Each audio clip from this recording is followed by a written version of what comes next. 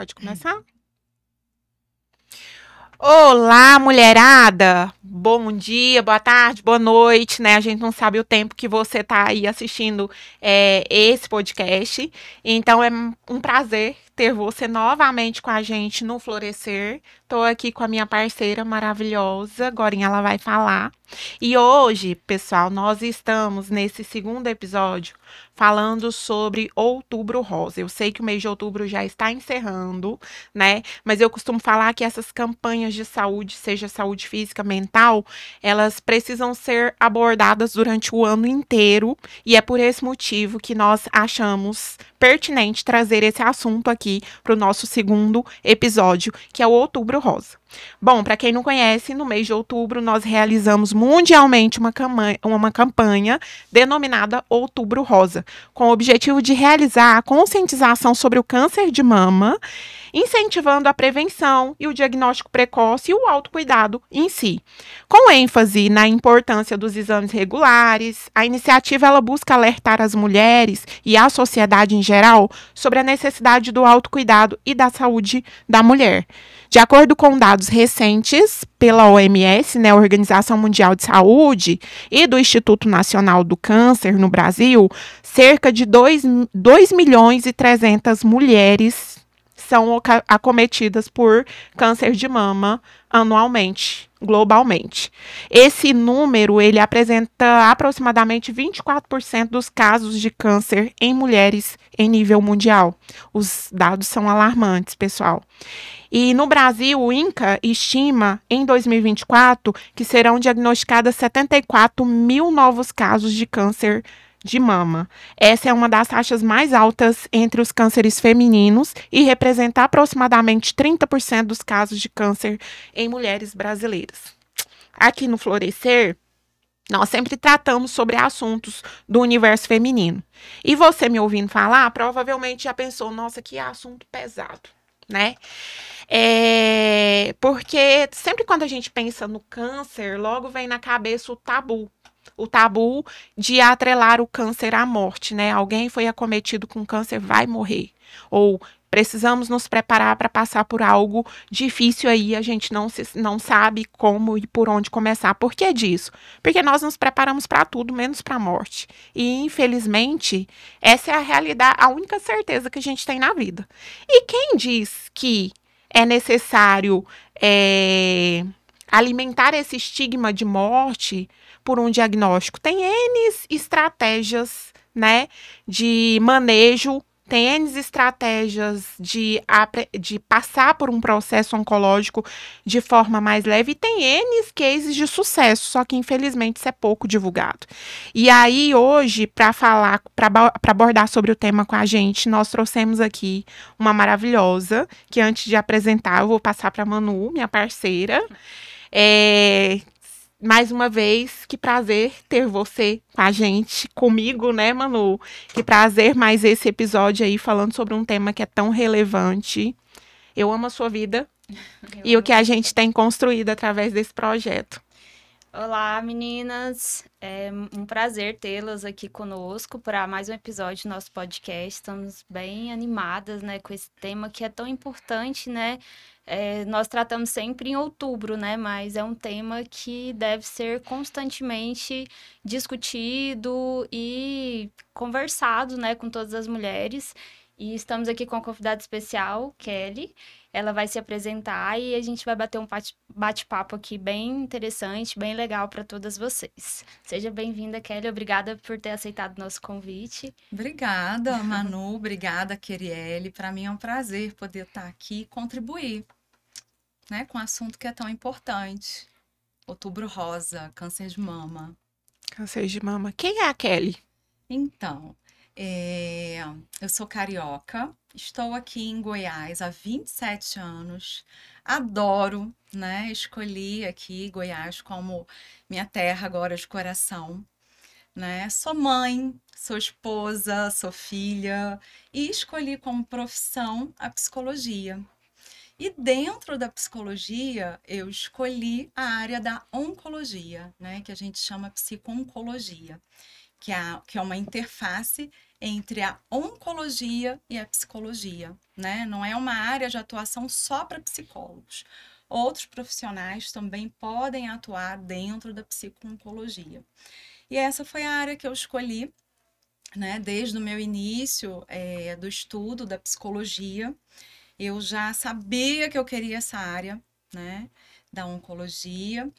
E estou atuando já tem 10 anos, um pouco mais de 10 anos dentro dessa área, né? É o meu trabalho.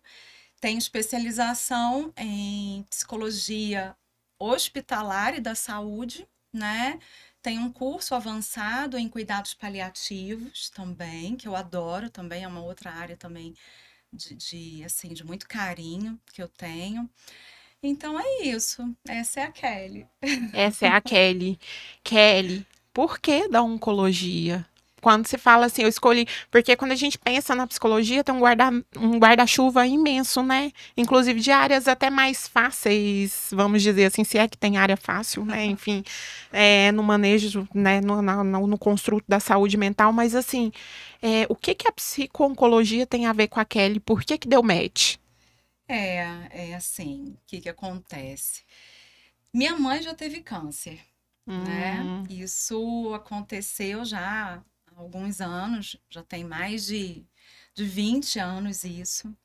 Eu acho que foi algo que me chamou a atenção porque eu passei por esse processo. Eu fui uhum, acompanhante, né, da minha mãe no tratamento, nesse processo do adoecimento.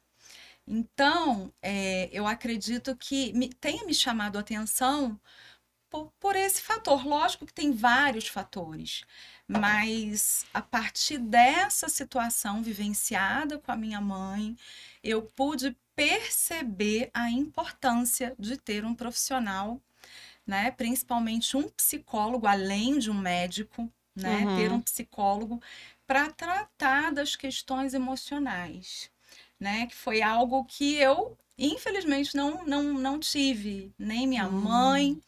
É, eu também, como acompanhante, eu não sabia que existia essa área de atuação do psicólogo.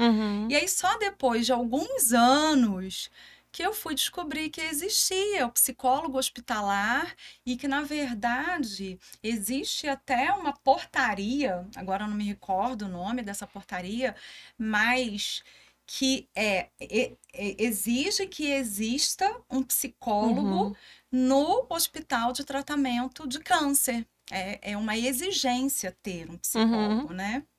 E na época, minha mãe, no tratamento dela, a gente não sabia, né, dessa situação. E se eu soubesse, eu teria com toda certeza exigido ter a ajuda e o auxílio desse uhum, profissional. Então, uhum, uma das coisas que eu acho que me chamou a atenção foi essa, ter passado por essa experiência, por essa vivência com a minha mãe, e isso uhum, me despertou um interesse muito grande. E aí eu comecei a estudar essa área e eu uhum, fiquei maravilhada.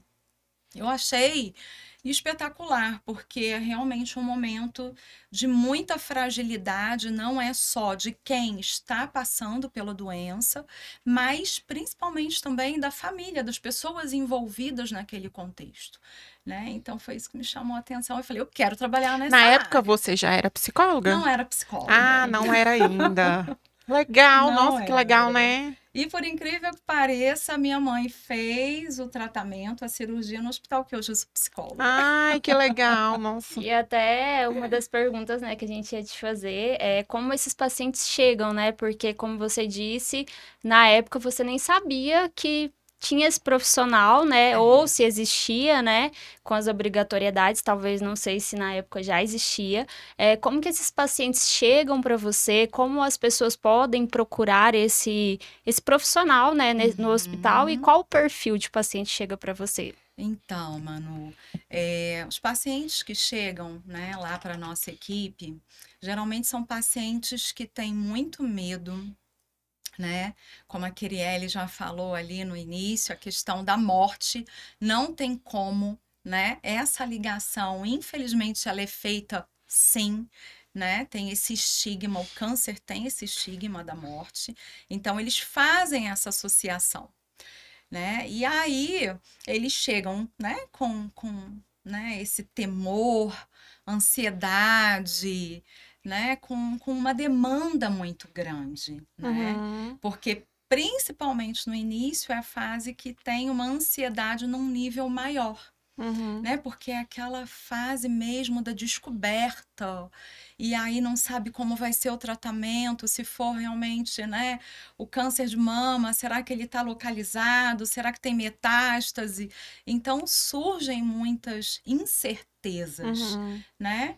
E aí principalmente a questão, né, das perdas, né? Que esse tratamento vai, né, pode vir a acontecer, né? Aí Uhum. vem a perda muitas vezes, né, da própria identidade, Uhum. né? A questão, se for o câncer de mama, a mulher ela pode sim precisar fazer, né, a retirada da mama toda, né, que é a Uhum. mastectomia, ou fazer a retirada parcial, uma quadrantectomia.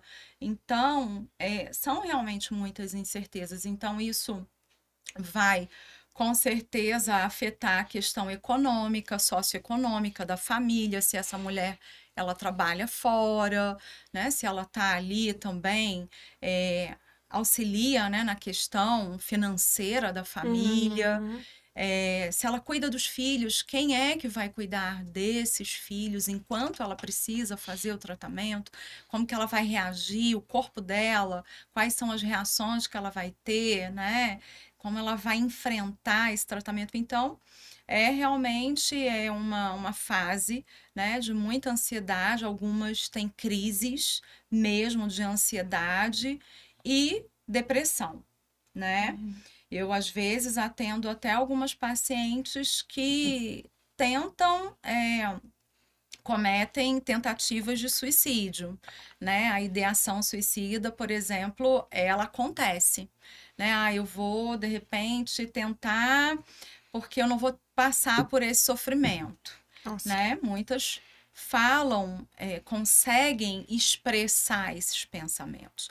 Algumas, às vezes, nem conseguem, né, expressar, porque lidar com todas essas Emoções. emoções é muito difícil, né? Então, de repente, você está ali numa fase da sua vida que você tem, assim, a maior produtividade profissional, né? Tá naquela fase de que você está conquistando muitas coisas, está no seu trabalho muito produtiva e de repente você precisa parar com tudo isso, né? Como Uhum. que não é essa, né? Essa situação para a mulher. Uhum. E tem algumas pacientes, às vezes, é até curioso, algumas estão para aposentar. Estão na fase que pensam assim: agora eu vou É a hora de descansar, desacelerar. vou cuidar de mim, e por incrível que pareça, naquele ano, são vários pacientes que eu já atendi Nossa. nessa condição, e aí descobre o câncer, né? Então, olha o impacto disso, né? Emocional, né? Psicológico para essa pessoa, né? Então, a gente faz esse trabalho de tentar amenizar esse sofrimento, né? Mostrando que hoje, né, a ciência, ela realmente ela está muito evoluída. Se a gente pensar há 15 anos atrás, há 20 anos atrás, a medicina ela não tinha esse conhecimento como ela hoje tem, Uhum. né? Então, a própria quimioterapia, ela tem sim as reações, nós sabemos disso, são indesejáveis, mas ela já está, vamos dizer assim, mais com menos efeitos colaterais do que já foi Uhum. antes, Uhum. né? Se a gente pensar anos Uhum. atrás, era muito mais difícil um tratamento oncológico. E Uhum. hoje tem a preservação maior da mama, o que também não se tinha. A maioria Uhum. das mulheres, todas, tinham que realizar a mastectomia, que é a retirada Uhum. toda da mama. Então, hoje também, se esse câncer ele for, né, assim, já detectado, diagnosticado com uma, né, no início, precocemente. Essa mama, ela é preservada, geralmente, Uhum. consegue preservar. E tem aumentado os diagnósticos precoces, Kelly, ou ainda é um desafio, assim, ainda chega, a maior parte dos clientes chegam com tratamento, assim, com diagnóstico tardio? Olha, Kiriele, eu não sei se realmente a questão da pandemia do Covid tem a ver com essa questão do diagnóstico tardio. Mas Uhum. realmente eu tenho encontrado muitas pacientes agora, nesses últimos meses, nesse último ano, com a doença muito Oh, avançada. meu Deus. E aí, assim, eu chego até a arrepiar quando eu falo isso, Uhum. porque, assim, o paciente, às vezes, ele chegou no hospital, tem um mês que ele entrou no hospital, em um mês ele já está indo a óbito, ele já está falecendo. Não dá tempo nem da pessoa ter orientação, da família se preparar para essa condição, para essa Ah, situação. Então, eu não sei se realmente a pandemia, né, por conta dessa questão que as pessoas tiveram que ficar mais isoladas, a exaustão emocional, o é, desleixo mesmo com autocuidado, né, de se perceber, também. se tocar. E aí eu percebi que teve sim essa questão, né, dos Do aumento pacientes estarem lá no hospital, mas já com a doença muito mais avançada avançado. e não tem muito, infelizmente, benefício de tratamento. Tem Sim, como cuidar, cuidar tem sempre, sim. né? O cuidado é o primordial, mas a questão de conseguir controlar a doença fica mais Uhum, difícil, uhum. né, para a Por equipe isso que é importante o médica. diagnóstico precoce, né? Extremamente importante, porque te ouvindo falar, a sensação que eu tenho é que, assim, o diagnóstico precoce salva uma vida, Salva realmente, né? E não é clichê, mesmo. não, isso é verdade, É é real. verdade. Muitas até, quando, né, na consulta eu vou ali tentar compreender melhor como que a situação se deu, elas às vezes fizeram a mamografia por coincidência. Ah, Uhum, porque uma amiga foi, aí me chamou, vamos fazer também? E às vezes outras iam colocar prótese mamária. Estava planejando, né, fazer uma cirurgia uhum, estética e aí acaba descobrindo um uhum, câncer. Então, a realmente campanha do Outubro Rosa é fundamental, né? Esses recursos, né, uhum. públicos precisa realmente de mais investimento para que essas pessoas possam ter realmente uma maior condição, porque se a gente pensar, né, numa parcela da nossa sociedade que não tem condições, né, de fazer um exame particular ou não tem um convênio Uhum, médico, como que ela vai, né? Ela vai pelo meio ali, né, do SUS, mas a sim, gente sabe que até ela é chegar moroso. ali demora, Uhum. né? Então realmente precisa ter mais o quê? Recursos, investimento da parte Políticas pública públicas, né? para que realmente as mulheres elas, né, tenham essa condição e consigam realmente detectar o câncer mais Mais precoce. precocemente, porque quanto mais precoce, né, ele for ali descoberto, maior as Maiores as chances de chances. cura, tratamento ele é menos invasivo, ele é menos sofrido para a mulher, Uhum, né? Termina, geralmente, o tempo é menor de tratamento, é uhum. tudo mais fácil, né? Uhum. E aí, a próxima pergunta seria: existe algum perfil de mulher que é mais propensa a um câncer de mama?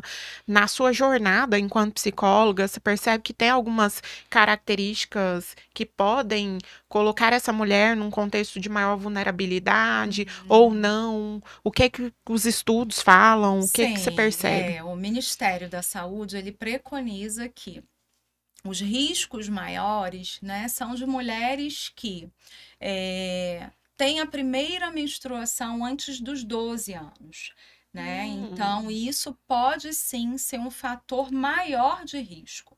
Então, as uhum, mulheres que menstruam antes dos 12 anos. Mulheres também que às vezes estão um pouco acima do peso, né? Sedentarismo também é um risco maior.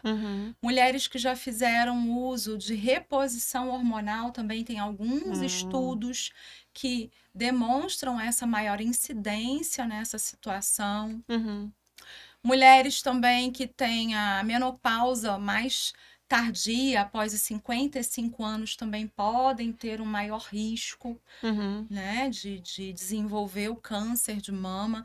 Então, esse é a questão do álcool também, né? É um fator que influencia também. Alimentação influencia? Alimentação também, né? Dependendo do tipo de alimentação, isso também pode sim influenciar. Então, procurar uma alimentação mais equilibrada, mais saudável, né? Então, tem algumas formas também da mulher e das pessoas, de uma forma em geral, buscarem fatores de quê? De proteção. De proteção. Né? A gente não pode ficar só muito pensando ali no risco. Eu acho que se nós pensarmos mais nesses fatores de proteção, nós vamos ganhar mais com isso, né? Então, eu vou fazer o quê? Eu vou ser mais ativa, eu vou procurar fazer uma atividade física, não necessariamente precisa ser musculação, né? Mas eu posso fazer uma dança, eu posso fazer uma natação, posso fazer, né? Um vôlei, tem tantas coisas. Posso viajar com a Manu, né? Fazer uma viagem. Ir pro florescer. E muito interessante, importante você falar sobre isso, porque a gente tem muito na nossa mente de que, quando eu inteirar, sei lá, tal idade, aí que eu estou no risco, né? Esse é um grande erro, né, da população no geral, de não fazer essa prevenção de forma correta, desde sempre, né? Eu acho que vai muito além, né? Quando você tem um filho, seu filho já tem que ser criado já com essa ideia da prevenção, dos cuidados, da boa alimentação, e isso, conforme a idade vai passando, vai mudar a orientação, mas desde sempre, né? Porque a gente tem muito assim, quando eu chegar em tal idade, nos 40, eu vou começar a me cuidar. Mas até ali, você pode ter evitado, ali nos 40, ter um diagnóstico de alguma doença, com certeza, né? Com certeza, Manu. E um pouco sobre isso, como esse diagnóstico precoce pode auxiliar no tratamento, né? Que é bem o que você falou, que eu acho que é muito importante, a gente se cuidar desde sempre, né? Como você perceber o seu corpo, você saber que tem alguma coisa diferente, procurar um atendimento pode fazer diferença no tratamento. Exatamente. Eu acho assim, né? A mulher, ela não pode esperar chegar ao ponto dela sentir alguma coisa na mama. O mais importante, o que é mais eficaz, é você conhecer o seu corpo. Se você conhece o seu corpo, você sabe que aquela pinta apareceu de repente, é estranha, que aquela pele com aspecto, né, de casca de laranja não é normal, né? Que o mamilo, ele ficou diferente, né? Endurecido, tá com aspecto diferente, ou que tá saindo alguma secreção diferente que antes não saía. Né? Então, é muito importante. Às vezes, eu já atendi pessoas que falaram assim, Kelly, foi meu marido, durante a relação sexual, que sentiu o caroço. Nossa. Então, assim, às vezes a própria mulher, ela não tem essa intimidade com o próprio corpo dela, né? Então, o mais fácil, é lógico, que você se conhecer, você ter realmente essa rotina, né? De se olhar, vai tomar banho, se olha no espelho. Né? Ter um espelho, tanto ou no seu banheiro ou no seu quarto, não é algo que vai custar tão caro assim. Então, olha, um espelho para você se olhar. Terminou de tomar banho, vai, passa um hidratante, já aproveita, já faz ali, né? O autoexame, né? Ou mesmo na hora do banho. Então, tem várias formas.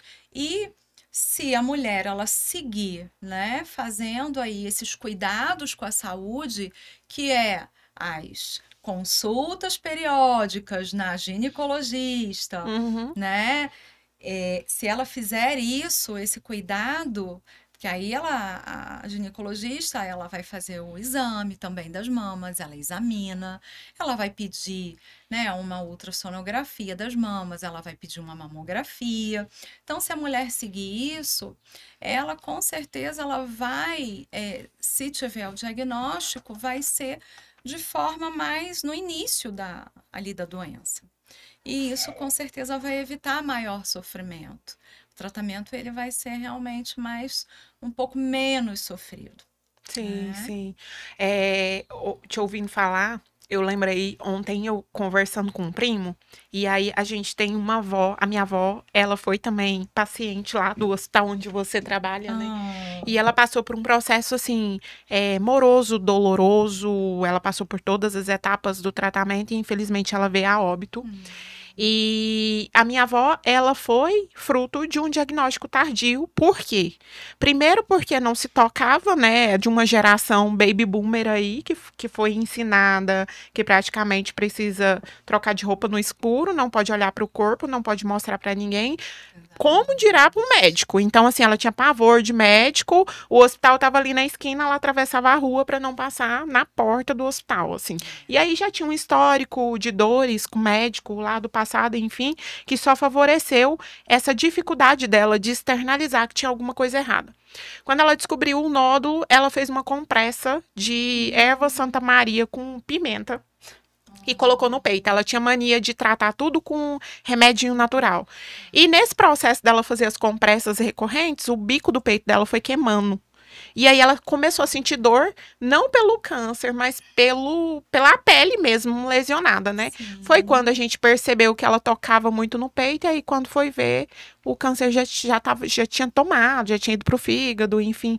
E aí ela chegou a fazer mastectomia, né? Que fala, das duas mamas, mas aí voltou, teve reincidiva, enfim. E ontem a gente conversando sobre isso, eu e o meu primo falando um pouco sobre o processo da minha avó, e como isso reverberou em nós, assim, de que a nossa educação não é uma educação que ensina a criança a se tocar, como a Manu falou. O autocuidado, ele tem que começar desde muito cedo.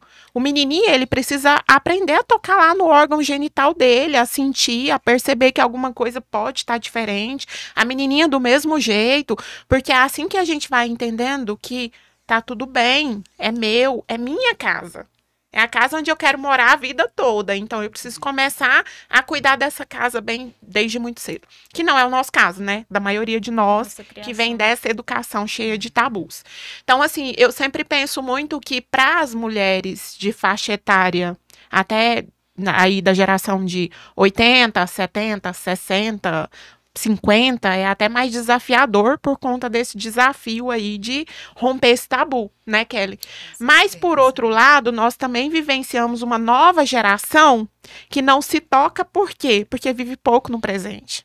Né? Até as minhas pacientes, quando elas estão no consultório, eu falo, eu tenho um espelho gigante no consultório, e eu falo, levanta aí, vem pra cá. E elas têm, assim, chegam na sessão geralmente com pavor do espelho. Porque quando você entra na minha sala, a primeira coisa que você vê é o espelho enorme, e é proposital mesmo. E aí eu demoro um tempo, né, para construir até esse vínculo terapêutico e tal, mas quando eu coloco essa mulher de frente pro espelho, ela fica extremamente constrangida. Por quê? Porque a gente não se olha no espelho. Todo dia a gente tá olhando no espelho para arrumar o cabelo, para passar uma maquiagem, para ver se a roupa tá ok, para ver se eu tô cumprindo com um padrão social do que é belo, mas dificilmente eu olho no espelho e falo, nossa, tem um nódulo aqui, ou tem alguma coisa diferente aqui, ou eu tô com uma dor aqui que não vai embora de jeito nenhum e eu preciso olhar para isso. E aí a gente fala também da questão do nosso construto social, de que a mulher, ela é ensinada a cuidar do outro e não de si. Então a gente tem a capacidade de olhar para uma irmã e perceber que a irmã não tá bem, ou para o marido, ou para o filho, mas a gente não tem a perspicácia de olhar para si e falar, nossa, algo aqui precisa de cuidado também. E esse cuidado precoce, ele é inclusive uma forma de demonstrar amor pelos meus, porque a maior forma de amar o próximo é amar a si mesmo, né? E aí, Kelly, eu acho que até é interessante a gente trazer isso em pauta, né, dessa questão do quanto até é muito mais comum a gente ver mulheres com um diagnóstico tardio do que homens. Eu não sei se você tem essa percepção, mas parece até socialmente falando, para quem não trabalha com oncologia, não sei se a Manu tem a mesma percepção, que parece que até é muito mais comum a gente ouvir histórias catastróficas de mulheres que vão a óbito do que homens. Isso é real ou é só uma percepção popular? O que você Não, acha? assim, os homens, pelo contrário, eles têm maior dificuldade de buscarem as consultas, né? É? Consultas médicas. A mulher, ela tem sim, né? Essa forma de cuidar, como você bem colocou, do outro, e ela não se cuida, mas o homem, ele tem essa particularidade de sentir as coisas, geralmente câncer de próstata, um exemplo, né? Ele começa a ter aquele problema, às vezes dificuldade para urinar, sente dor, mas ele não vai, principalmente porque ele já às vezes associa aquilo A ali com a masculinidade. masculinidade. Ah, se for câncer de próstata, eu não vou mais Funcionar. então, já acho, meio que inconsciente até do homem, Aham. né? Tem muitos, às vezes, que estão fazendo tratamento no hospital e não é o câncer de próstata. E eu pergunto, foi até semana passada, um rapaz jovem, eu perguntei para ele e para a esposa que estavam no quarto, escuta, ele já fez alguma consulta, faz acompanhamento com um urologista sobre câncer de próstata, faz o PSA? Nunca fez. Já tinha mais de 50 anos. Então, assim, a mulher, ela é sim mais cuidadosa com a saúde. O homem não. Né? O homem, geralmente, ele, às vezes, nem no hospital vai. Descobre a doença e morre, às vezes, em casa. Ou vai para o hospital, infelizmente, só mesmo para morrer. Porque ele não aceita muito o tratamento. Já tem de homens que faz aquele preparo todo para iniciar a quimioterapia, para fazer a cirurgia, e aí ele não aparece nunca mais no hospital. Nossa. Não aparece. Por quê? Por conta dessa questão da masculinidade. Isso é muito, assim, é comum entre os homens. Então, às vezes, não tem tantos casos assim, porque eles não procuram, eles não vão às consultas periódicas. As mulheres vão com uma maior frequência. Né? Interessante.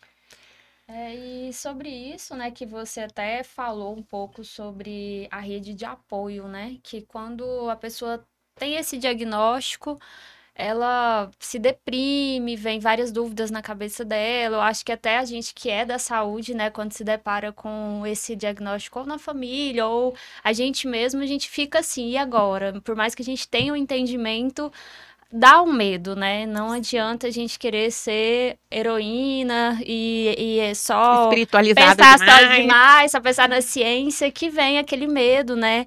Aquela insegurança, aquela incerteza, né? Qual que é a importância da rede de apoio para essa mulher, né? Que descobre, né? Que tem o diagnóstico. Ela é fundamental, Manu, a rede de apoio, né? Porque é ela, muitas vezes, que vai fortalecer e vai motivar essa mulher, essa pessoa, a buscar o tratamento. Né? Então, muitas vezes é a família, são os amigos, os grupos religiosos. Eu vejo muito isso lá no hospital, os grupos religiosos, às vezes a família não tem condição de acompanhar o paciente. Aí a igreja faz um revezamento de cada período ali do dia. Uma pessoa fica, às vezes eu chego para fazer a visita ali no quarto, aí eu pergunto, o que vocês são? Ah, a gente se conheceu agora, porque ela foi enviada pela igreja para me acompanhar, para eu não ficar sozinha. Então, às vezes, a pessoa nem conhece a paciente que está ali. Então, por mais que às vezes não tenha nem esse vínculo, mas tem alguém ali para poder te dar o apoio, para te auxiliar para levantar, para ir ao banheiro, às vezes não consegue tomar o banho sozinha. Então, a rede de apoio, ela pode ser, né, tanto familiar, ela pode ser religiosa, ela pode ser a rede de apoio da própria equipe. Tem algumas pacientes que falecem, né, que vão a óbito no hospital e não tem nenhuma rede de apoio.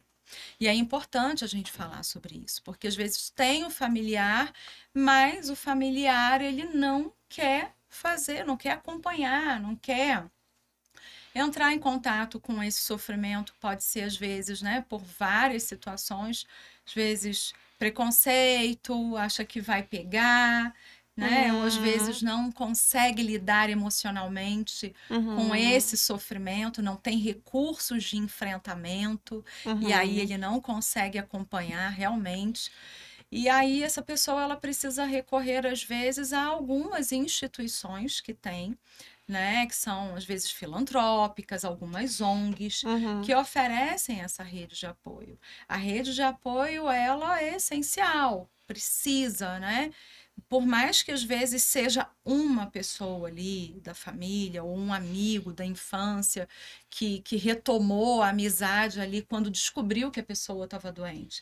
Tem casos assim que são comoventes, que nas visitas, né, nas enfermarias, eu vou ali entender melhor aquela, né, experiência e fala, não, é meu amigo da infância, soube que eu estava com câncer, a Nossa, gente que já não legal. se encontrava há 15 anos, e aí ele soube, veio aqui oferecer ajuda e fica lá de acompanhante às vezes, porque a família Não se tem que responsabilizou, trabalhar, não pode, ou a né? família não pode, trabalha, ou a mãe já é mais de idade, tem 70 anos, é doente, não tem condições de acompanhar no hospital.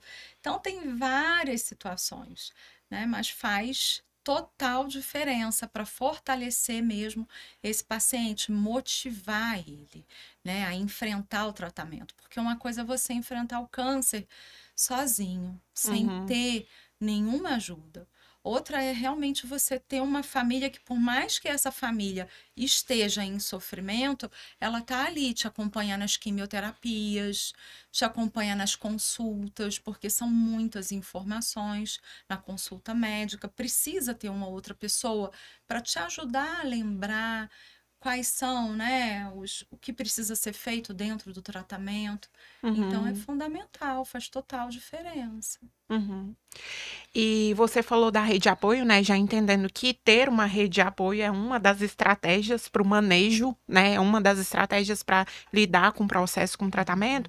Mas além disso, Kelly, o que que você acredita que são estratégias fundamentais para o manejo da saúde física e mental e espiritual de um paciente oncológico, assim? Então, descobri que estou com câncer. Vou precisar passar por um tratamento. Que eu preciso fazer ou quais são as estratégias que eu posso adotar para tornar esse processo um pouco mais leve, vamos dizer assim. Então, não existe. A primeira coisa que eu falo, uma das primeiras para os pacientes, é que não existe receita de bolo. Cada pessoa, ela enfrenta, ela tem um passado, ela tem as crenças, ela vivenciou outras experiências que pode ou não auxiliar nesses enfrentamentos, né? Então, o que, assim, eu acho que uma das coisas precisa estar mais ali alinhado no paciente é um dia de cada vez. Porque o que mais atrapalha é a questão da ansiedade. Então, eu falo para o paciente assim, mas como que eu faço, doutora? Foi agora, semana passada mesmo, o paciente falou, o que que eu faço? Como que eu vou conseguir continuar? Eu preciso continuar trabalhando, porque eu sou autônomo, e fazer o tratamento. Eu falei para ele, eu tenho a pílula que vai te ajudar a enfrentar essa situação. Você sabe qual é essa pílula? E ela já ficou assim, né? Nossa, que bom! Eu falei assim, é um dia de cada vez. Você já está querendo saber como que vai ser na fase da químio, como vai ser na fase da cirurgia. Então, calma, vamos esperar as coisas acontecerem. O que que você gosta de fazer? Né? O que que você, na verdade, tem de hobby? Aí eu levo um pouco para essa parte da vida que ela tem de saudável, né? Eu gosto de fazer caminhada, eu gosto muito de encontrar com as minhas amigas para tomar cerveja, né? Então continua, né? O tratamento, ele não vai ser a sua vida, porque a tendência dos pacientes é levarem o tratamento como se o câncer fosse tomar conta 24 horas da vida Por isso que acontece muita deles. despersonalização, né? Exatamente. Porque eu deixo de existir e a doença Exatamente. passa a ser minha identidade. Infelizmente, o tratamento, dependendo, né, de como a equipe vai levar esse tratamento, às vezes a despersonalização, ela é quase Inevitável. que inevitável, dependendo da equipe que vai cuidar de você, né? Porque o tratamento, muitas vezes, ele está centrado na doença. Ele não está centrado na pessoa. E o tratamento, ele precisa ter esse olhar. É a pessoa que está ali. A doença está fazendo parte ali da vida dela. Mas a gente precisa olhar quem é essa pessoa. Por isso que sempre, nos primeiros atendimentos, eu pergunto, eu não fico perguntando, qual é o seu tipo de câncer? O tipo de câncer, às vezes, é o que fica por último na entrevista. Eu sempre pergunto, quem é você? O que você faz? O que você gosta de fazer? Qual é o seu hobby? Você mora com quem? Você trabalha com o quê? Né? Então, muitos quando saem falam assim, nossa, eu nunca pensei que ir no psicólogo fosse assim, eles ficam surpresos, né? E na maioria das vezes, aqueles que têm uma maior resistência para aceitarem a fazer essa consulta, né, terem o acompanhamento psicológico, geralmente são os que depois mais gostam e não querem deixar de fazer o acompanhamento. Né? Então, muitos, inclusive, o primeiro contato com o psicólogo vai ser durante o tratamento, né, Kelly? O tratamento. Lá, nosso público, né, no hospital, geralmente esse público que eles, às vezes, não sabem o que o psicólogo faz, né, para que fazer terapia, ou para que... Psicólogo é para doido, eu não tô doido, eu tô doente. Quando for na enfermaria, eu já começo, ó, gente, eu sou psicóloga, vocês já passaram pela psicologia aqui no hospital? Ó, primeiro lugar, psicólogo não é para doido, eles já dão uma gargalhada, né? Aí a acompanhante que tá do lado, tá vendo? Ó, pai, eu falei isso, psicólogo não é para doido. Então, geralmente, é essa, né, infelizmente, imagem que nós, psicólogos, temos. Sim. E a gente precisa, sim, desmistificar isso, porque depois que teve a pandemia, eu acho que as pessoas, elas conseguiram, né, visualizar melhor a importância que o psicólogo tem. Sim. Né? O cuidado com a saúde mental, o quanto ela é fundamental. Porque eu acho que depois que todo mundo ali, né, entrou meio que, assim, em colapso, em pânico com a pandemia, aí que as pessoas foram, né, ficar ali, entrar em contato com elas mesmas, porque elas ficaram mais sozinhas, muitos foram não obrigadas, podiam, né, sair como saíam, e aí ficou mais introspectivo, como você estava até falando. E aí agora, eu sozinho comigo mesmo, não tenho mais nenhuma distração, agora eu preciso lidar com os meus medos, com os meus fantasmas, né? Então as pessoas, infelizmente, antes da pandemia, eu acho que tinha muito realmente de não dar o valor que o psicólogo hoje, eu acho que após a pandemia tem. Sim, com certeza. E dentro desse cenário, qual que é o maior desafio para vocês?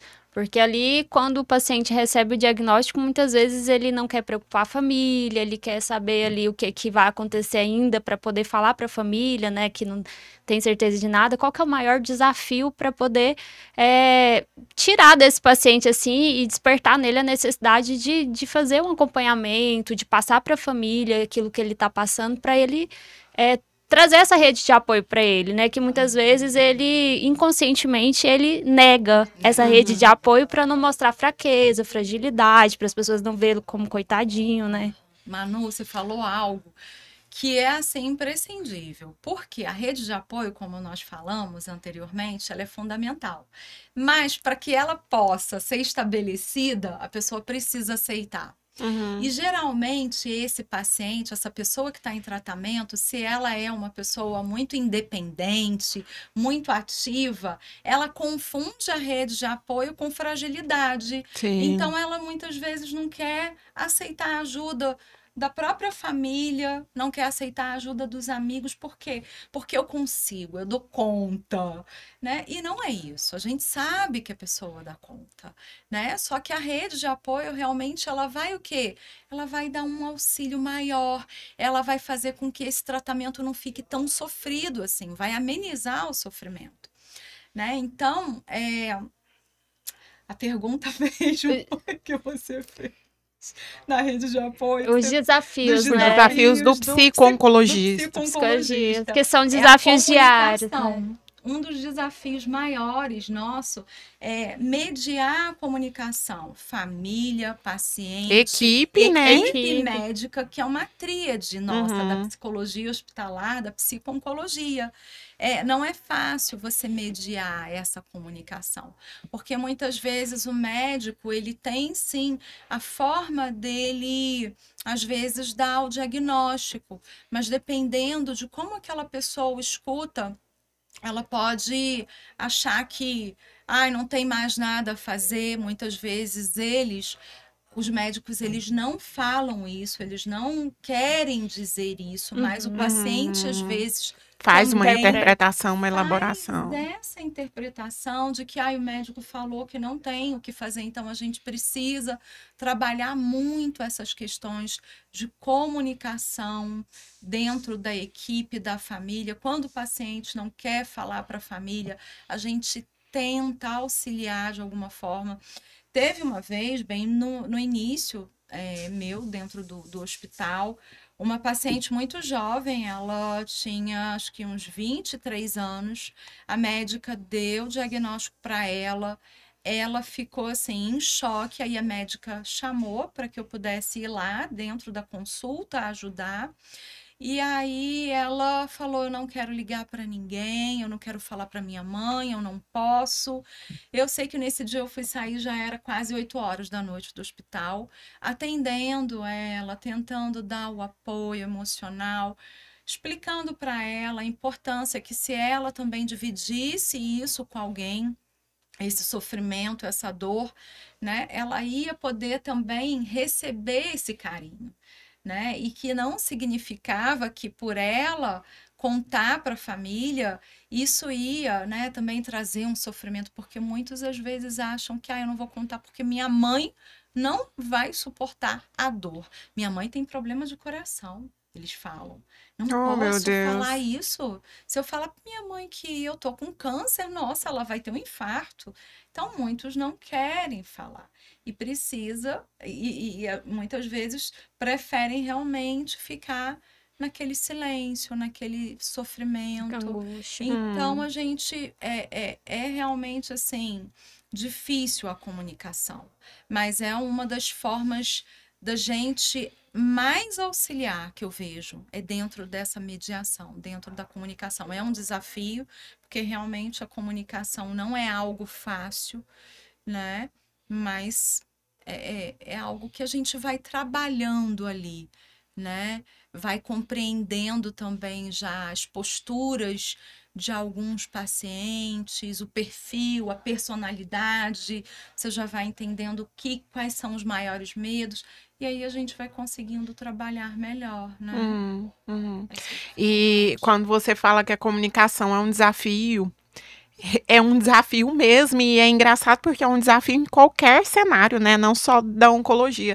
Eu trabalhei em ambiente organizacional por muitos anos e, assim, independente da empresa, às vezes eu até comentava, falava assim, nossa, parece que só muda o CNPJ, porque a dor é a mesma, a dor é sempre a comunicação. E por quê? Até trazendo um pouco do construto da terapia cognitivo-comportamental, né, que é a abordagem que eu trabalho no consultório, o Aaron Beck, ele vai falar que o que acontece com a gente não é simplesmente o que está acontecendo, mas diz muito mais sobre aquilo que eu sou e o modo como eu significo as coisas. Então, quando a gente fala da comunicação, comunicar é um ato tão complexo porque eu comunico muito mais o meu universo interior quem eu sou, porque a comunicação é o comportamento.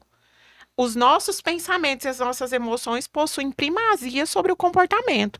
Então, antes de eu comunicar, já rolou aqui uma cognição que está com o pé lá nas minhas crenças centrais, no meu mapa de vida, nos meus traumas, nas minhas vivências, naquilo que eu tenho de valor, de princípios e etc. Então, cada um acaba comunicando com base no seu universo interior. E aí eu fico pensando, dentro de um hospital, tem um paciente com seu universo interior, tem a mãe, o pai, a família do paciente, tem o médico com seu universo, tem a equipe de enfermagem com seu universo e tem um psicólogo tentando fazer a mediação de todo mundo aí, cada um comparecendo na situação com base na sua visão, né? No seu ponto de vista sobre o ponto, né, até trazendo uma frase que eu gosto que fala assim, o ponto de vista é de acordo com a vista do ponto. Então, você vê a caneca de um jeito, a Manu vê de outro, eu vejo de outro. Cada um vê do seu jeito, porque cada um tem o seu mapa mental. E aí, isso deve ser um desafio enorme, né? Por isso que a gente tem que focar no propósito, né, Kelly? Isso. A gente, no caso, falando aí do psico-oncologista. E aí, a gente, inclusive, já tá com o tempo... Acho que quase chegando no final, mas vamos lá. Tem um tema, Kelly, que eu acho que é muito importante a gente trazer, inclusive é um tema que a gente vem debatendo muito no Florescer, que é essa construção dos padrões sociais de beleza, da autoestima, do feminino tá muito atrelado ao belo, né? Então, assim, eu me sinto eu me conecto com o meu feminino na medida que eu olho no espelho e eu me vejo uma mulher bela. Isso vem muito do nosso arcabouço mesmo histórico, cultural, né? Dessa mulher que ela é colocada em contato com o padrão Barbie de ser e que não tem Barbie sem seio, não tem Barbie sem cabelo. Tem a Barbie loira, do cabelo liso, belo, um peitinho bonitinho, uma bundinha bonitinha, enfim, aquele padrão, né? E que eu imagino que lá, enquanto psicóloga, você deve viver muito esse lugar do meu cabelo vai cair, eu vou ficar sem seio, como que vai ser isso? Nossa, cai o cabelo, leva-se a minha identidade. E aí, a autoestima do paciente oncológico é um tema muito relevante, pois o diagnóstico e o tratamento do câncer podem impactar profundamente a imagem e o bem-estar dessa pessoa, porque o cabelo cai, ela perde peso, né? Em algum momento ela vai ter que se desfazer de uma parte do corpo em prol da vida. E além de todos os sentimentos de vulnerabilidade aí que você já trouxe. Falando da mulher, consideramos que o cabelo e o seio são referências do feminino. Além, é claro, de toda a cobrança sociocultural que existe em torno do padrão de beleza dessa mulher. Isso impacta no processo de tratamento? Qual que é a função do psicólogo nesse processo da autoestima, da autoimagem? O psicólogo, ele é responsável de alguma forma, né, na construção disso com o paciente, do novo eu, dessa mulher em tratamento? Como que isso funciona lá na prática? Keriele, tem sim, né, essa questão do padrão, como você falou, a mulher, né, tem que ter aquele padrão, peito, né? Tudo isso é uma cobrança muito grande da sociedade. E a mulher, quando ela se depara, muitas vezes, com a quimioterapia, nem todas, aí é importante a gente também fazer, né? Diferenciar, nem todas as quimioterapias vão fazer com que o cabelo vá cair. Algumas químios, sim, realmente a pessoa perde todos os cabelos, né? Que a gente chama de alopécia. E aí a pessoa realmente, com a perda, né, dessa questão dos cabelos, traz também a questão da despersonalização, que você falou. Né? Ela é realmente uma perda, é um luto para a mulher, porque ela vai perdendo ali o quê? A identidade dela. Né? Ela vai se olhar ali no espelho, principalmente as que são, né, mais vaidosas, geralmente são as mais jovens. E aí, quando ela vê que ela está, às vezes, se sentindo um pouco desconfigurada, né? Ah, eu perdi sobrancelha. E aí, às vezes, ela pergunta para o médico, eu posso fazer aquela micropigmentação? Ah, tá fazendo químio, não pode fazer. Infelizmente, porque tem risco e tal de infecção. Aí perde os cílios. Aí muitas falam, gente, mas agora eu tô. Não me reconheço mais quando eu me olho no espelho, né? Tô com cara de lagartixa. Oh, meu E Deus. agora? Né? Então, o nosso trabalho tem total importância também nessa reconstrução da autoestima. Porque muitas vezes ela acha que sem cabelo ela vai ficar horrorosa. E não vai. Tem pacientes que ficam lindas sem o cabelo. E aí a gente trabalha a questão dos acessórios, né? O hospital que eu trabalho, ele oferece, né? Tem um setor que é o setor de voluntariado. E muitas pessoas fazem a doação de cabelo e o hospital, ele oferece de forma gratuita para as mulheres as perucas.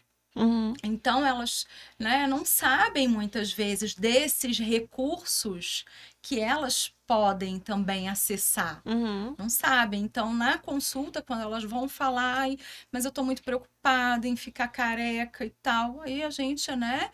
Olha, você sabia que aqui no hospital tem a equipe, né, um setor de voluntariado que oferece perucas gratuitas, lenços, turbantes. Então aí a gente leva lá no setor de voluntariado, e muitas vezes levo, apresento a ela, olha, você pode também, né, tem esse recurso, utilize esse recurso ao seu favor. Né? Então, aí, para ela, muitas vezes, aquilo já traz uma sensação de alívio, já diminui a ansiedade que antes ela imaginava que ia ter que passar o tratamento inteiro careca. Ela já pensa, eu posso usar a peruca, o hospital oferece de graça, já tem esse recurso. E às vezes, quando tá já no meio do tratamento, ela nem quer mais usar a peruca, porque ela já se identificou com com a nova persona. Já conseguiu né, ultrapassar aquela barreira que era o medo de ficar careca. Então ela começa também a ver que ela sobreviveu sem os cabelos, né? E aí ela começa a ter o quê? Utilizar mais acessórios, brincos maiores, colares, aí vai se maquiar mais. Então, isso também faz toda a diferença. O psicólogo trabalhar essa questão da autoimagem.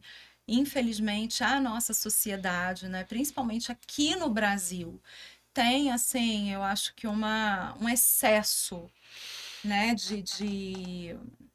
como eu poderia falar? Valorização dessa autoimagem, até porque comercialmente falando é muito favorável, né? É muito grande. Então, né, a mulher às vezes ela já tem um seio bonito, mas ela faz questão de aos 20 anos botar uma prótese, turbinar, né? Então, de fazer lipoaspiração. Então, tem essa valorização, infelizmente, que atrapalha muito, sim, no tratamento, porque ela, muitas vezes, ela fica mais preocupada com o que está ali. Com o estético, com a autoimagem. Com o que está por fora.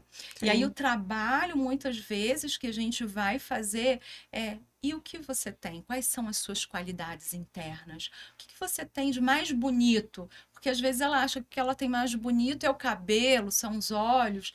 Não, às vezes o que ela tem mais de bonito é a força que ela tem, as dificuldades que ela já conseguiu né, enfrentar.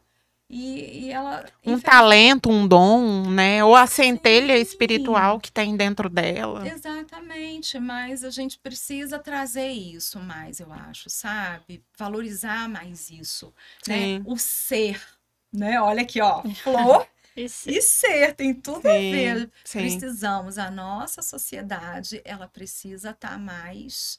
né, ali despertar mais para isso, para o ser, porque as pessoas elas ficam muito ali só para o externo, para o externo e acaba sendo um pouco vazia. Ai, que lindo isso! Florescer, né? Sim, completo. Infelizmente, estamos aqui caminhando para o final, né? Um assunto que a gente poderia... Tem tanta coisa, você vai falando, fica com vontade falar de mais e mais. Na sua bio, né, na rede social, a gente viu algumas mensagens que nos chamou a atenção. Eu vou ler algumas aqui, se você puder falar um pouco sobre o significado, né, delas. Amo a vida e tudo o que ela tem para me oferecer. Deus é meu guia e sem ele nada sou.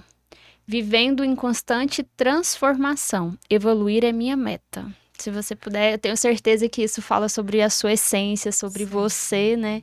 Se você puder falar um pouco mais sobre isso. Então, eu acho assim, né? A vida é um presente, né? Divino.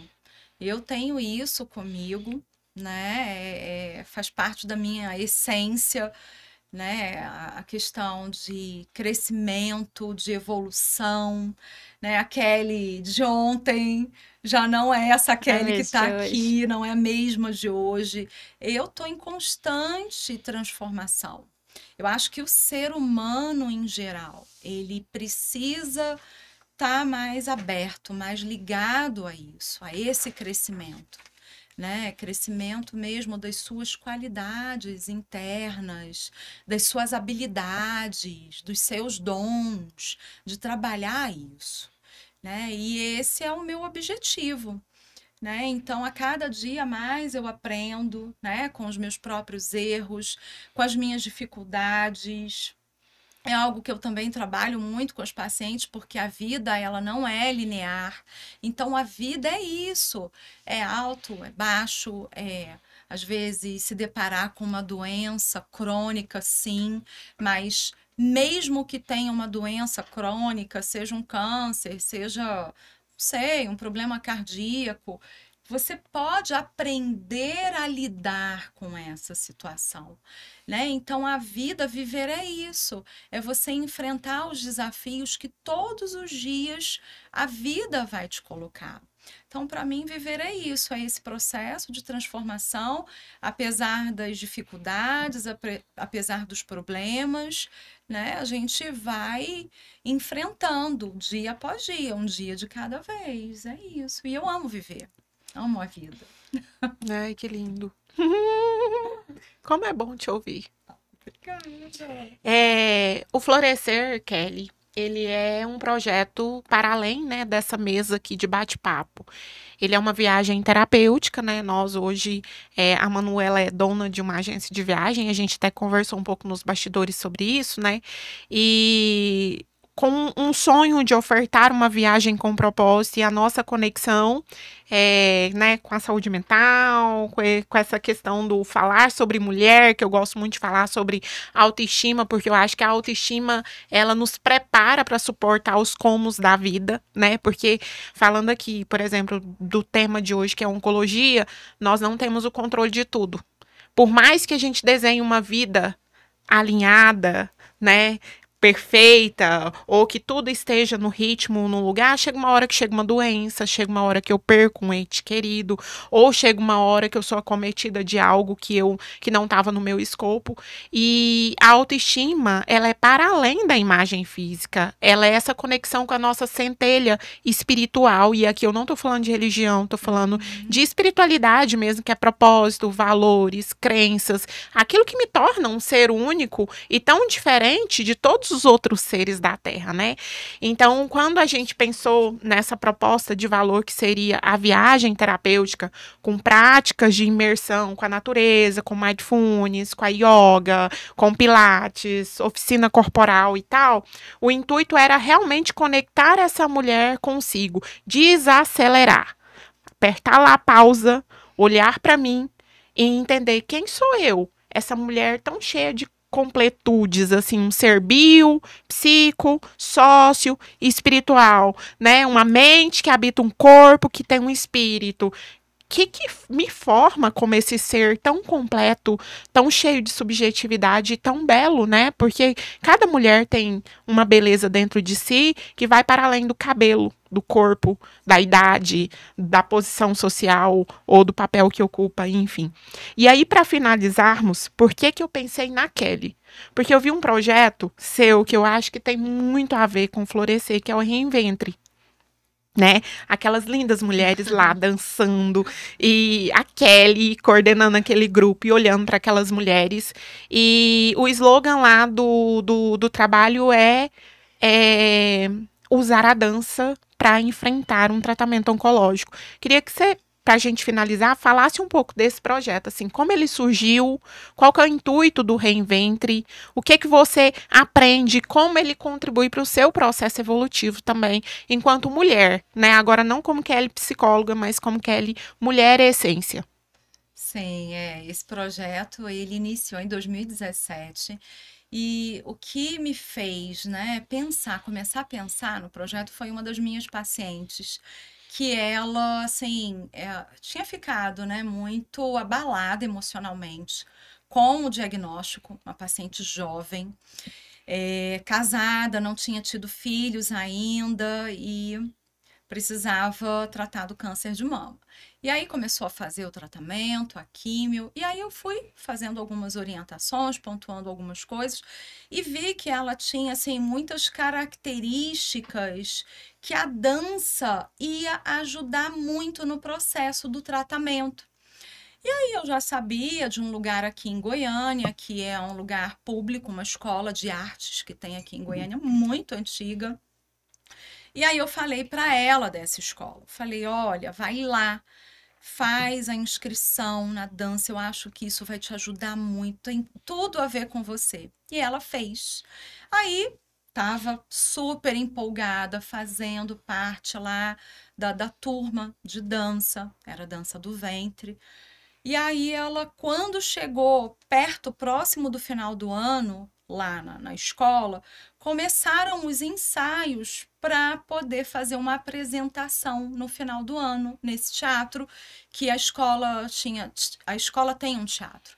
E aí ela chegou chorando lá na consulta comigo, falando, Kelly, eu não vou apresentar, agora eu tô careca, eu não tenho coragem e tal. Super, assim, muito mal mesmo, emocionalmente. Eu falei, gente, mas você é linda. O cabelo dela era igual ao seu, só que era na cintura, né? Eu falei, que isso? Não, dei todo o apoio, fortaleci, mas não adiantou. Ela saiu da escola. E aí eu fiquei pensando, ué, quem sabe, poxa, eu não poderia fazer um projeto para os pacientes, Nossa, porque que eu legal. vejo que ajuda muito. Questão, como você falou, da autoestima, né, Keriele? Que não é só a beleza, né, externa, é muito mais, é a essência, né? E o fortalecimento dessa autoestima, ela vai ajudar em todas as outras áreas da vida, né, dessa pessoa. Então, a dança, eu pensei, é um recurso que pode, sim, ajudar a enfrentar melhor isso. Aí eu comecei a pensar, fiz, chamei, convidei uma pessoa e tal. E aí o projeto, né, começou em 2017, está aí. Hoje eu que administro as aulas de dança, né? No início mesmo, eu convidei uma professora, na época acabou não dando certo. E aí eu não me E você já sentia dançava antes? não dançar. Não dançava? E aí por Se descobriu isso também? eu falei, eu preciso encontrar uma professora, né, de dança. Mas não deu certo, eu não dançava, eu não tinha vocação nenhuma para dança. Achava que não tinha. E aí comecei a fazer, meu Deus, eu vou ter que fazer aulas agora para aprender. E aí eu faço aula até hoje. Que Eu tenho legal! duas professoras maravilhosas, as duas são de São Paulo. Uma até minha aula com ela é hoje online, ela é maravilhosa. Que legal! A outra também é do interior de São Paulo, faz encontros também, assim, mais ou menos parecido com os de vocês, da Florescer. E eu aprendo muito, né, com o grupo, com essas mulheres, é uma troca muito grande. Eu tenho certeza que eu aprendo muito mais do que eu ensino, né? Mas é interessante porque muitas mulheres, elas no início, elas entram, né, sem vaidade às vezes. Não sabe nem o que é passar um batom, fazer um penteado diferente, botar uma roupa diferente. E aí eu vou vendo a transformação. Isso é muito gratificante. Eu vou vendo a mulher assim, ela realmente assim desabrochar. E Florescer. ela vai florescendo mesmo, é incrível. E ela vai se reconhecendo mais feminina, porque muitas vezes era aquela mulher que só cuidava da casa, que só cuidava dos filhos, do marido, que nunca colocou uma roupa mais bonita, nunca se maquiou. Então tem tudo isso no projeto. São várias questões trabalhadas, não é só a questão da dança. Eu faço vídeo com assim, interpretando outros papéis com os Que pacientes. legal. A gente atua, assim, é bem variado. Tem momentos de meditação, tem de tudo um pouco. É um grupo terapêutico. É um grupo terapêutico semanal, né, já acontecendo esses anos todos. Tenho mulheres lá de 76 anos que são um exemplo, e aí isso ajuda muito as outras que às vezes estão entrando no grupo e falam assim, nossa, mas ela tem 76 anos e ela tem toda essa vitalidade, e eu com essa idade tô assim. Então vai motivando, né, vai tendo essa troca. Sim. É uma rede de apoio também para muitas que às vezes não tem uma família, alguém para ajudar. Então, é um grupo que realmente ajuda, né, em vários aspectos. É maravilhoso, é meu filho, Reinventre. Que legal.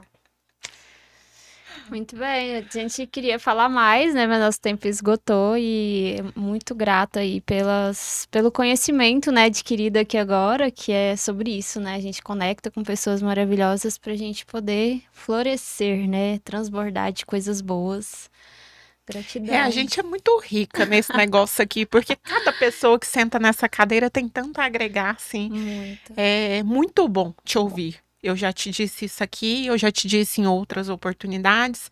Você realmente é uma pessoa que exala propósito, né? Tem algo aí além da psicologia, e você sabe disso. Eu sou emotiva, né, gente? Toda.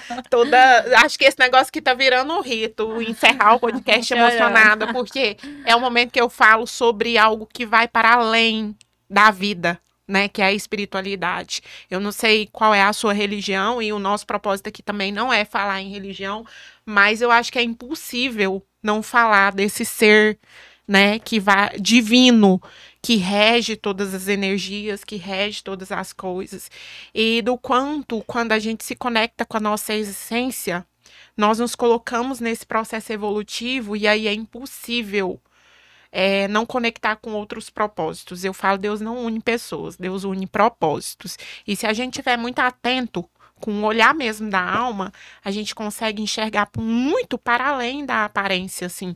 Porque não é a Kelly com um CRP tal. É a Kelly. É aquela essência que conecta com outras pessoas. Até lá, por exemplo, o dia da homenagem que a gente estava lá Foi mesmo. na câmera. Eu vi tantos psicólogos, mas eu enxerguei a Kelly.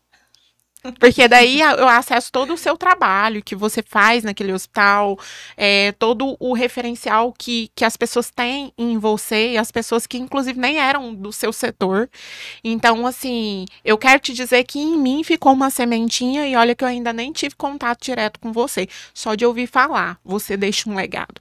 Então, por esse motivo, é um prazer ter você aqui com a gente nesse momento. Infelizmente, é um tema, gente, muito complexo. Cada perguntinha dá vontade de puxar para outras, você vai falando, e a gente fica curiosa para entender um pouco mais, porque de fato eu acho que tem muito mais aí do que essa uma hora e pouquinho aqui de diálogo. Mas eu quero te agradecer do fundo do meu coração, e você é muito necessária. Ah, gente, olha, eu que agradeço, Queriele, assim, ver também, né, o seu crescimento, né, profissional. Eu fico também assim, nossa, orgulhosa, né? Porque realmente eu acho que já tem o quê? Uns 5 anos que você saiu do hospital? 8 anos. 8 anos. Só. E hoje, né, ver você com a Manu, com esse projeto, né, tendo seu consultório, assim, né, uma mulher tão inspiradora, tão inspiradoras, né, que vocês são. Eu que realmente, assim, fico muito grata de poder estar aqui com vocês, conhecer mais um pouco, né, sobre o florescer, né, por onde for floresça, linda. Eu amo essa frase, eu acho perfeita. né? É isso bem que você falou mesmo, nós, né, temos uma centelha, né? Algo que é diferente. Eu acho que quando você tem algo divino em você, que você sabe que essa centelha vem de algo além, que a gente não é só isso aqui, né? Que é a questão espiritual que você falou, não é a religião. A gente não está falando de religião, mas de algo que a gente sabe que existe, que a gente sabe que fortalece, que nada é por acaso. Sim. Né? Que essa troca realmente é necessária, é ela que movimenta, né? O mundo, é ela que movimenta as energias. Então a gente precisa realmente, né, transformar, auxiliar aqueles que precisam, né, que se encontram naquele momento em sofrimento. A psicologia tem muito a oferecer, o Florescer tem muito a oferecer. Parabéns, né, pelo trabalho de vocês aí, ó, nada é por acaso, né? Juntaram aí, né, os talentos, as habilidades para vocês fazerem algo ainda maior, né? Então eu que agradeço, obrigada. Tá? Por essa oportunidade. Nós que te agradecemos. Obrigada, casca de bala. Obrigada, amiga, mais uma vez. Obrigada, Kelly. Obrigada, gratidão. Gratidão. Tchau, gente. Até mais.